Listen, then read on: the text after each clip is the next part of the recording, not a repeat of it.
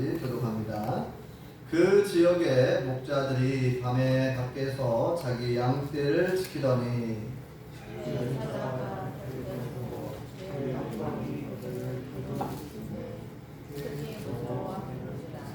천사가 이르되 무서워하지 말라. 보라, 내가 온 백성에게 미칠 큰 기쁨의 좋은 소식을 너희에게 전하노라. 오늘 다윗이 너희를 위하여 그가 나셨으니 곧 그리스도 주시리라. 너희가 가서 강구에 쌓여 부유에 누워있는 아기를 보리니 이것이 너희에게 표적이니라 하더니 후련히 수많은 천군이 그 천사들과 함께 하나님을 찬송하여 이르되 함께 읽겠습니다.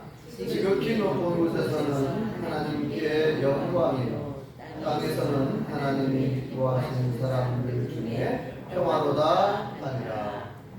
아멘. 할렐루야. 하나님의 크신 복이 함께 하신 줄 믿습니다. 우리 옆사람과 앞뒷사람과 인사 나누시겠습니다. 반갑습니다. 참 잘 나오셨습니다. 네, 받읍시다.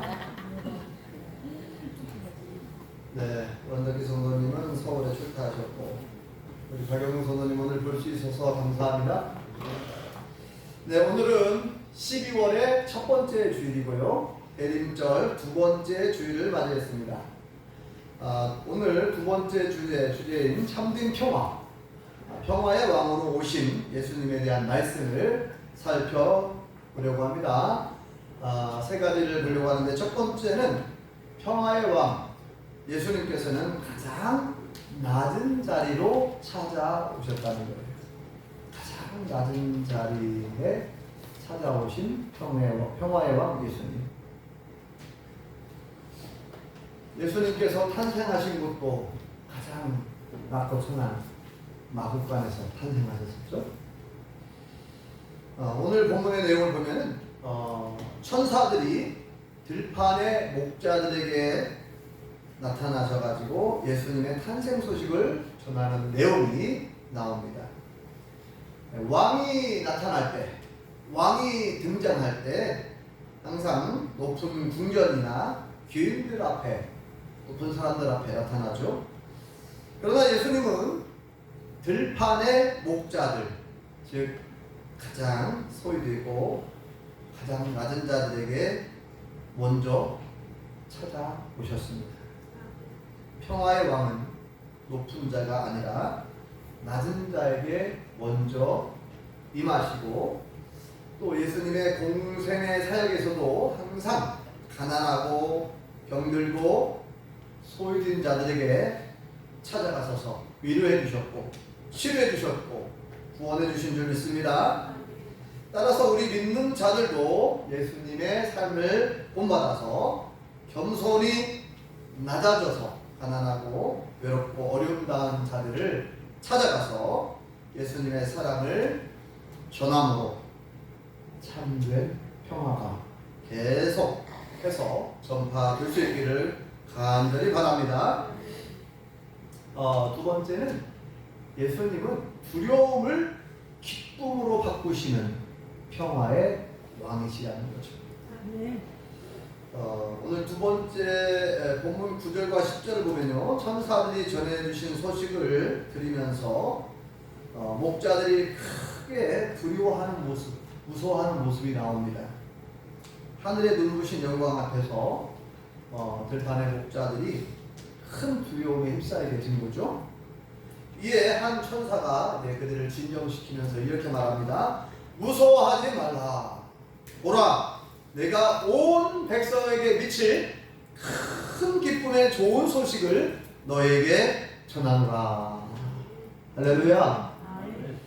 예수님께서 오신 목적이 여러 가지가 있지만 그 중에 하나는 우리에게 있는 두려움, 걱정, 근심, 염려 이런 것들을 없애주시려고 오셨어요. 심판과 지옥 형벌에 대한 두려움을 없애고 영원한 평화와 참된 안식을 주시기 위하여 예수님께서 이 땅에 오신 줄 믿습니다. 그 두려움을 없애고 천국의 기쁨을 맛보게 해주신 예수님을 찬양합니다. 할렐루야.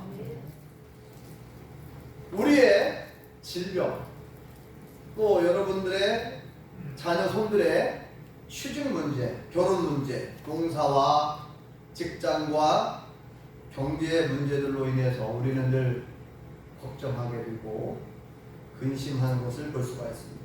그런데 예수님은 이러한 모든 문제의 해결자가 되시는 줄 믿습니다. 우리에게 참된 평화를 주시기를 원하시는 분이신 줄 믿습니다. 그래서 예수님은 성경 곳곳에 걱정하지 말라, 염려하지 말라는 말씀 많이 하셨죠. 요한복음 14장 1절에 보면은 너희는 마음에 근심하지 말라. 하나님을 믿으니 또 나를 믿으라. 그러면서 근심하지 말고 염려하지 말 것을 말씀해 주셨고, 또 제가 여러 번 소개해드렸던 빌립보서 4장 6절과 7절에도 보면은 뭐라고 말씀하셨어요? 아무것도 염려하지 말고 오직 모든 일에 기도와 간구로 너희 구할 것을 감사한 마음으로 하나님께 아뢰라. 그리하면 모든 지각에 뛰어난 하나님의 평강이 그리스도 예수 안에서 너희 마음과 너희 마음의 생각을 지켜 주시리라. 이렇게 약속하셨습니다. 한마디로 말해서 감사한 마음으로 하나님께 아뢰며 응답해 주셔서 우리에게 평안을 주신다는 거죠. 기쁨을 주신다는 거죠. 문제를 해결해 주시고. 그래서 또 마태복음 11장에 보면은 뭐라고 말씀하셨어요? 수고하고 무거운 짐진 자들아 다 내게로 오라. 내가 너희를 쉬게 하리라. 이렇게 약속하셨고, 아무튼 곳곳에서 너희가 근심한다고 해서 그 문제가 해결될 것 같으면 너희는 근심하지 말고 오히려 기도하라. 그런 말씀도 많이 하셨죠. 너희가 근심함으로 염려함으로 그 길을 한 자라도 더할 수 있겠느냐. 그래서 예수님은 우리에게 평안을 주고 싶어 해요. 평화를 주고 싶어 하고 우리의 문제를 해결해 주시려고 하시는 분이죠. 자, 세 번째는 우리 예수님은 우리의 구세주, 구원자로 오신 평화의 왕이신 줄 믿습니다. 11절에 보면요, 오늘 다윗의 동네에 너희를 위하여 구주가 나셨으니 곧 그리스도 주십니다. 이런 말씀이 기록되어 있죠. 예수님에 대한 세 가지 호칭에 대한 표현이 나오는데요. 첫 번째는 구주라는 표현이 나오죠. 구주. 구주는 구세주의 줄임말이잖아요. 구주. 세상을 구원할, 우리를 구원할 주님, 구세주, 구원자. 그 다음에 그리스도라는 말이 나오죠. 그리스도 주. 그리스도는 메시아와 같은 말인데, 메시아는 히브리어고 그리스도는 헬라어라고 말씀드렸죠. 구약 성경이 기록된 언어는 히브리어. 히브리어로는 메시아라고 했고, 신약 성경은 그리스 헬라어죠. 헬라어로 기록되었는데, 그리스도 뜻은 똑같죠. 구원자, 구세주. 그래서 메시아와 그리스도는 같은 말이라고 말씀드렸고, 기름 부음 받은 자라는 뜻을 가지고 있는데, 왕이나 제사장, 선지자를 기름 부어 세웠어요. 그래서 메시아, 또 신약 성경에서는 그리스도, 이것은 곧 예수님에 대한 별칭입니다. 별칭. 근데 이 그리스도와 메시아에는 그냥 왕의 개념으로 들어가 있어요. 왕. 그러니까 우리를 구원하시는 왕이라 되겠죠. 예수님은. 그다음에 세 번째가 또 주라는 표현이 나오죠. 주. 이 주는 임금 주자, 주임 주자죠. 그래서 예수님은 죄와 사망의 법에서 우리를 건져주시고 자유케 해주신 유일한 참 구원자가 되시고 우리의 주인, 평화의 주인이신 줄 믿습니다. 이 세상 모든 나라들은 세상은 정치와 경제와 군사력으로 평화를 만들려고 합니다. 어떤 뛰어난 정치력으로 또는 돈의 힘을 이용해서 또 군대의 힘을 이용해가지고 전쟁을 멈추게 하려고 하고 또 다른 나라를 제압해서 나름대로의 평화를 가져오려고 하잖아요. 지금 러시아와 우크라이나 전쟁도 그렇고 또 팔레스타인하고 이스라엘과의 전쟁, 잠시 이제 하마스와 휴전 전쟁을 종식했다고 하는데 그 미국의 트럼프 대통령이 여러 가지로 이제 압박을 가하고 당근과 채찍을 이용해가지고 이렇게 어쨌든 이스라엘과 하마스의 전쟁은 잠시 좀 멈춘 것처럼 보이죠. 언제 또 그 불씨가 다시 살아날지 모르는 상황이고, 아무튼 세계 곳곳에 여러 전쟁과 분쟁이 있는데 막강한 정치력과 돈의 힘과 군사력을 이용해서 평화를 가져오려고 해요. 평화를. 그런데 참된 평화라고 할 수가 없죠. 그래서 결국은 인류의 모든 역사를 보면 그런 것들이 얼마 못 가요. 어떤 힘에 의해서 인간의 힘, 인간이 가지고 있는 정치나 경제나 또 군사력을 이용해가지고 이렇게 다른 나라를 제압해서 잠시 잠깐은 조용한 것 같잖아요. 옛날에 한때 로마가 대제국으로서 로마가 여러 수많은 나라를 제압을 하고 그래서 잠시 조용한 평온한 시대가 있었잖아요. 로마가 이룩한 평화라고 그렇게 하는데 사실은 이런 군사력으로 군대의 힘을 이용해가지고 그냥 잠시 억압해놓은 상태지 진정한 평화가 아니라는 거죠.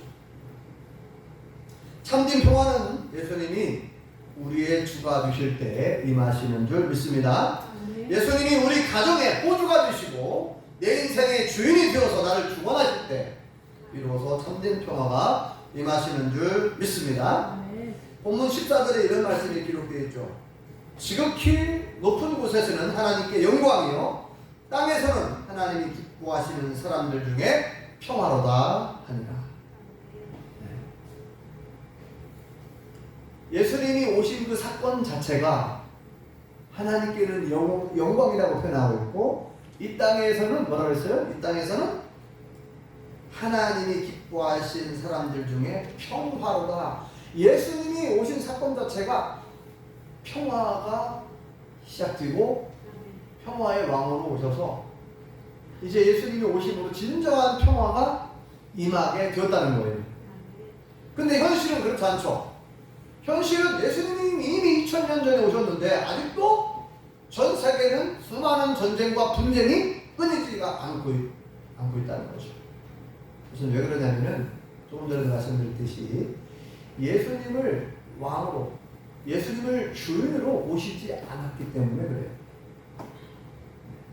그러니까 자꾸 다른 나라에 쳐들어가서 다른 나라의 자원을 욕심내고 다른 나라에 있는 수많은 지하자원, 석유를 비롯해서 지금 뉴스를 들어보면 미국 트럼프 대통령이 또 베네수엘라 마약선을 이렇게 제압을 했잖아요. 포를 쏘고 어떻게 해가지고 마약선도 침몰한 것으로 알고 있고 사람도 다 죽었다고 해요. 베네수엘라, 볼리비아 이런 나라들이 마약을 어마어마하게 많이 만드는 나라래요. 그래서 그 마약을 판매하는 것을 겉으로 드러난 명분은 마약을 미국이나 다른 나라에 마약이 너무 많이 이제 거래가 되고 사람들이 그 마약을 함으로써 이제 인생들이 파괴되니까 이것은 쉽게 말하면 악한 거라는 거죠. 이 악한 일을 하고 있는 베네수엘라 정부가 이제 이야기를 들어보면은 그 마약을 판매하면서 그 많은 돈을 가지고 이제 정부가 그런 나라 경제에, 베네수엘라 경제에 큰 보탬을 준다고 그러는데 어떤 그런 힘이나 뭔가를 유지하기 위해서 계속 마약을 발매할 수밖에 없는 그런 사정들이 있다 그러는데요. 그런데 이제 한편으로는 또 무슨 얘기가 들리냐면은 겉으로는 그렇게 이제 세계 경찰 노릇을 하면서 베네수엘라의 최대의 유정, 그 어마어마한 석유가 매장되어 있대요. 그래서 미국의 속셈은 그 베네수엘라에 있는 석유, 원전, 석유와 지하 자원에 욕심을 내서 그런 거 아니냐. 친미 정부를 세워가지고 그런 일들이 그동안에 막 너무나 흔했기 때문에 그런 의식을 살 수밖에 없는 거죠.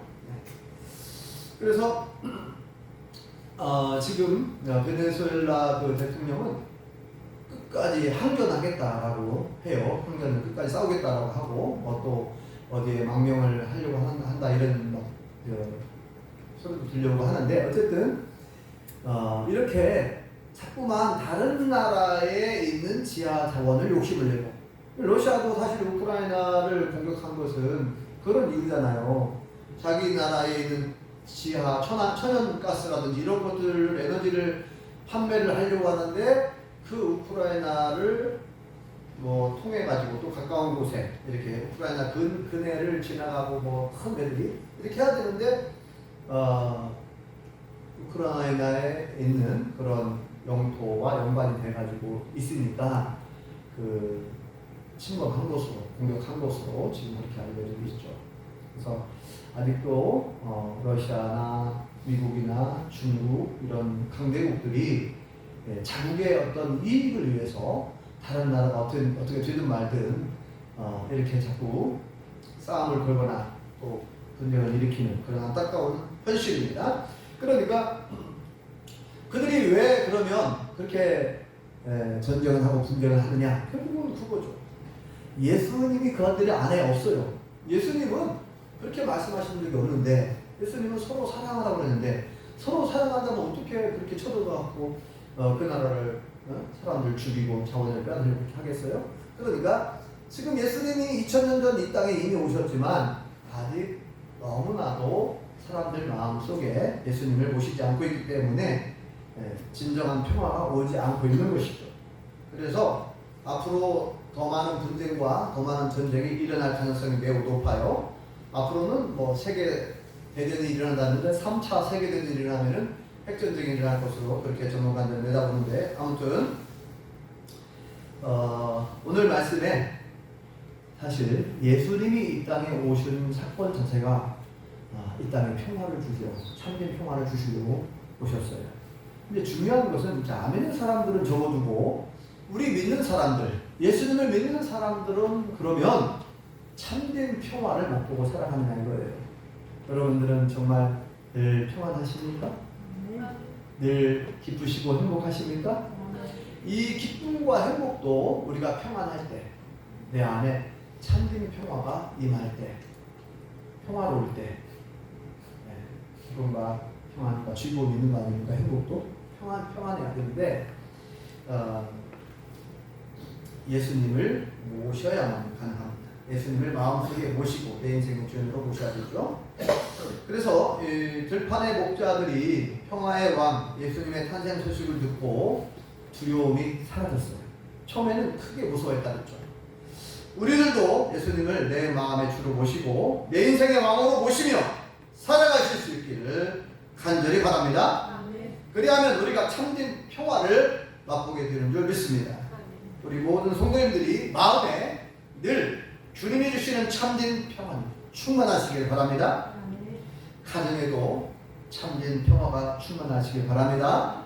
모든 사람들과의 관계도 회복되어 화평하고 우리의 모든 삶에 기쁨이 충만하시길 간절히 바랍니다. 지지난주 금요일, 토요일 제가 차에 문제가 생겨가지고 제가 타고 다니는 산타페 시동이 잘 안 걸려요. 시동 불량 문제가 생겨가지고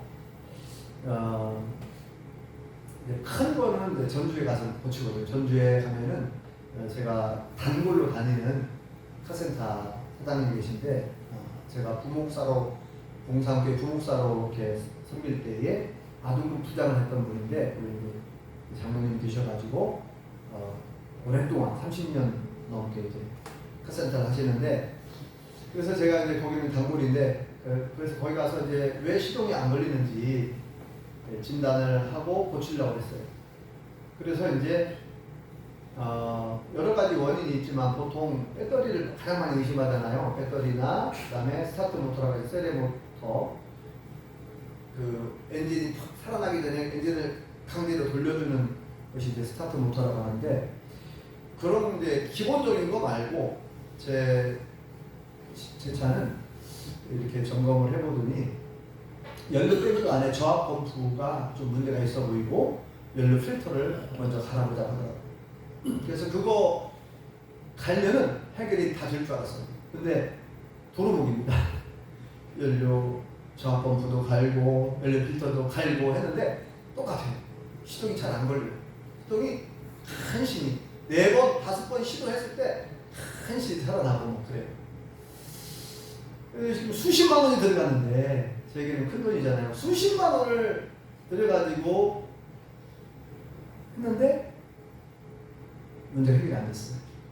그러니까 이제 뭐라고 말씀하냐면은, 정밀검사가 들어가서 차를 좀 이 부분을 엔진 인젝션이라고 해가지고 이게 연료를 분사해줘갖고 또 그렇게 하는 게 있대요. 인젝션. 이게 인젝션도 비싸다고 하는데, 인젝션 하나가 보통 한 20만 원? 4개가 있는데, 싼 것이 비품 말고 정품 말고 재생인가요? 근데 그러니까 80만 원이 넘어갈 재생을 해도 4개니까. 그래가지고 정밀검사 전문적으로 이걸 고치는 데를 맡겨가지고 정밀검사 한 3일, 최소한 3일을 시간을 두고 차를 맡길 생각을 하시라고 그러더라고요. 근데 이게 제가 전주 지난도 아니고 전주까지 또 그걸 맡기고 왔다 갔다 하기 번거롭잖아요. 그래서 그냥 전주 말고 그냥 가까운 진안, 조금 잘 고친다는 진안으로 가서 진안에 있는 카센터에 차를 한번 맡겨보자 해가지고 이제 맡겼는데, 그 고치시는 기사님이 발전기를 교체하면 된다는 거예요. 제가 제 차 물어봤습니다. 그러면 발전기만 교체하면 다 됩니까? 문제 다 해결됩니까? 시동 잘 걸립니까? 확인차 제가 물어봤어요. 그렇다는 거 자신있게 얘기하더라고요. 그래서 그러냐고 알았다고 이제 맡겼어요. 그것도 정통으로 교체했어요. 기분 좋게. 근데 토요일날, 그러니까 지지난주 토요일이죠. 어제 말고 지지난주 토요일날 교체를 했는데 도루묵이에요. 그래서 이제 화가 나더라고요. 뭐 사과하는 것도 없어요. 참 그게 기본적인 거 아닌가요? 아니 자기가 이것만 갈려 해결된다고 장담을 했으면은 이거 했는데도 안 됐네요. 내가 진단 안 됐나 봐요. 아무 한다든지 사과만이라도 하고 그러면 좀 제가 덜 될 텐데 또 이렇게 핑계를 대고 막 그래요.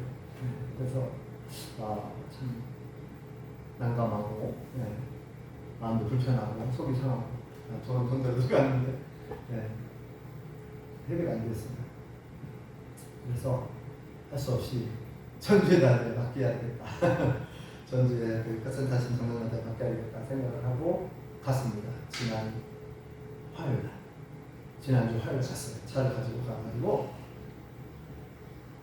그런데 이제 가면서 차를 가지고 그 생각이 드는 거예요. 이거 3일 동안 차를 맡겨놓고 또 왔다 이렇게 하잖아요. 버스를 타고 갔다가 또 차를 가지고 와야 되고 번거롭잖아요. 그래서 하나님께 기도했어요. 하나님 차를 좀 고쳐주세요. 문제를 좀 해결해 주세요.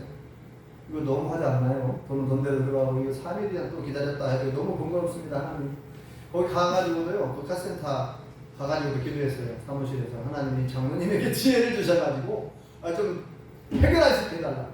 30년 넘게 그 엔진을 수리하고 고치신 분이 왜 제 마음속에 답답함이 좀 있었어요. 30년 넘게. 그리고 제가 어떤 생각이 드냐면요. 아니 이제 병원을 치면은 가까운 이런 진한 의원이 있고 준종합병원이 있고 큰 종합병원이 있고, 그러면 내가 실력이 안 되면 못 고칠 것 같으면 상급 기관에다 어디가 잘하니까 그쪽으로 가보시라고, 큰 병원으로 가보시라고 그렇게 소개해주는 거 그 당연한 거 아닌가요? 그렇게 문제를 팍팍 빨리 해결해야 되는데 그게 안 돼요 제대로. 그래서 좀 답답하더라고요. 그러더만 제가 이제 그렇게 기도를 하고 하니까 하나님께서 역사해 주셨는지 그 장로님이 뭐라고 하냐면 조금 큰 데를 알려주시더라고요. 거기 한번 가보라고. 좀 현대 자동차 전문 서비스 센터, 이제 어디 저 공동하는 그 굴다리 근처에 있는데 거기 한번 가보래요. 그래서 감사합니다 하고 이제 갔어요. 갔는데 또 막 그 밀려가고 차들이 막 밀려가지고 오후 2시쯤 오라고 하는 거예요. 그래서 그때까지 또 참 기다리고 그래서 또 이제 하나님 어떻게 할까 하다가 또 저 송천동까지 가봤어요. 그러면은 내가 저기 뭐 안테나가 없는데 안테나가 없어요. 중국어 사갖고 안테나가 없으니까 주파수가 안 맞으니까 라디오 잘 들을 수도 없고 그래서 안테나도 갈 겸 또 그쪽으로 갔는데 송천동 쪽에 옛날 사무사단 쪽에 거기에 또 좀 크게 하는 그 현대자동차 가 있더라고요. 거기 갔는데 거기도 좀 밀려 있고 너 뭐라고 하냐면은 거기도 이게 좀 정밀 검사를 하는 시간이 걸린다는 거예요. 아 이거 참 어렵네요. 그래가지고 이제 하나님 어떻게 할까요? 그분이 이제 진짜 종합병원 큰 데가 아니에요. 이 전라북도에 큰 전주에 병원으로 치면 큰 종합병원 3군데가 있다는 거예요. 그래서 동전주 서비스 센터가 봉동에 있다는 거예요. 그러냐고. 그러면은 봉동에 이제 어머님이 계시니까 오랜만에 어머님도 뵐 겸 이제 봉동으로 갔어요. 그래가지고 이제 전화를 했더니 저녁 5시에 오래. 밀려갖고 저녁 5시. 그래서 이제 어머니하고 점심을 같이 먹고 어머니 집에 좀 쉬었다가 이제 5시쯤 갔습니다. 갔는데 그분이 그 기사님들이 딱 살펴보더만 여기도 뭐 인젝터도 이상이 없고 뭐 고압펌프도 이상이 없는 것 같고 아직까지는 정밀검사를 또 해봐야 된다는 거예요. 또 정밀검사를. 네. 아니 제가 정밀검사 받으려고 여기 왔는데 큰 병원으로 큰 병원으로 왔는데 왜 이거를 해결을 못 하십니까? 한 3일간 시간을 달라고 최소 3일. 그래서 제가 그분들한테 뭐라 그러냐면요. 아니 큰 병원으로 가면은 CT도 찍고 MRI도 찍고 해가지고 이렇게 정확하게 진단할 수 있으니까 큰 병원으로 온 것이지 빨리 해결해 보시라고. 근데 저 시간이 필요하네. 할 수 없이 이제 다음에 맡기는 걸로 하고 하나님께 계속 맡기고 기도했어요. 근데 신기하게도요 한 번에 시동이 잘 걸려요. 한 번에 시동이 잘 걸려요. 지금 며칠 제가 시험해봤잖아요. 네. 하나님 고쳐달라고. 네. 하나님은 못하실 일이 없잖아요. 전능하신 하나님인데 마음에 근심하지 말라고 염려하지 말라고 그러니까 하나님께 나는 이제 맡긴다는 거니까 하나님께서 해결해달라고. 네. 네. 돈은 돈대로 들어가면서 왜 이 차 문제가 이제 시동 불량 문제가 왜 해결이 안 되냐고 하나님 알아서 책임져달라.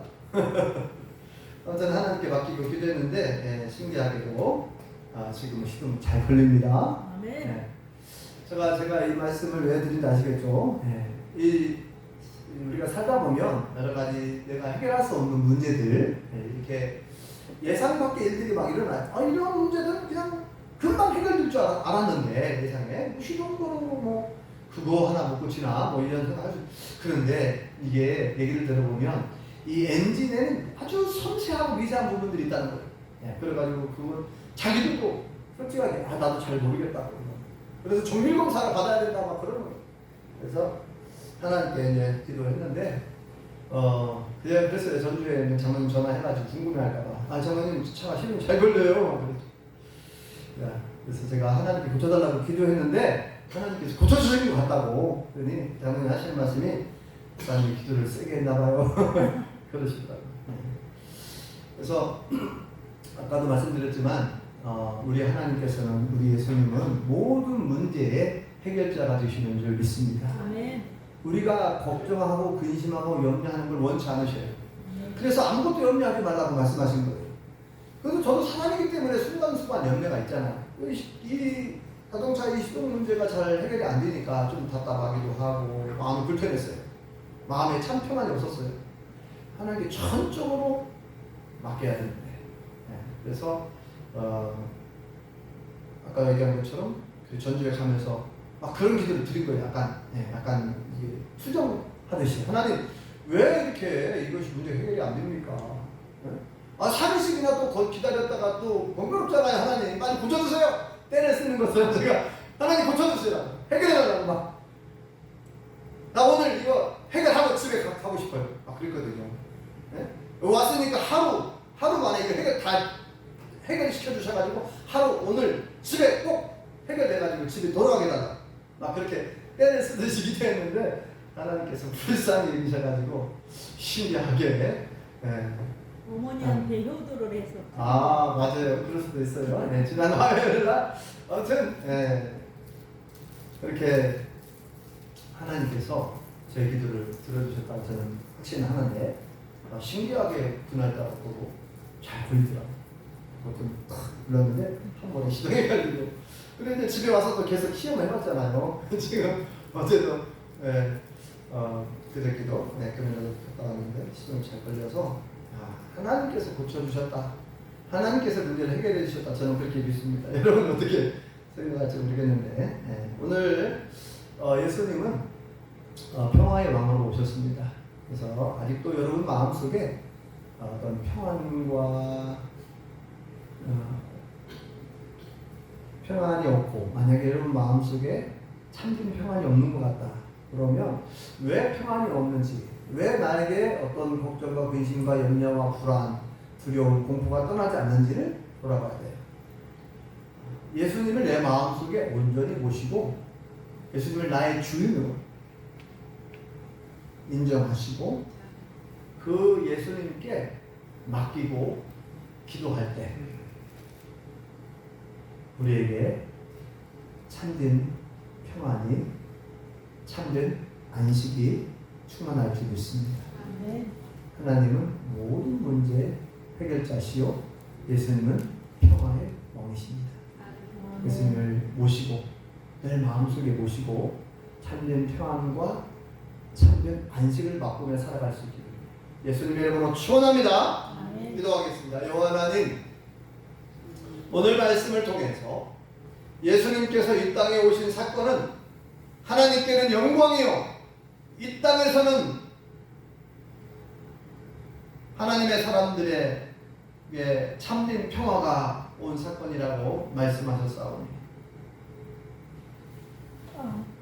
우리 모든 믿는 자들은 우리에게 참된 평안과 안식을 주시기 위해서 영원한 평화와 영원한 참된 안식을 주시기 위해서 오신 예수님을 늘 마음속에 모시고 살아가게 도와주시옵소서. 또한 이 예수님을 많은 사람들에게 소개해드리고 많은 사람들에게 증거함으로 참된 평화를 계속 전파할 수 있는 우리 모든 성도님들 되게 도와주시옵소서. 예수님의 이름으로 기도합니다. 아멘.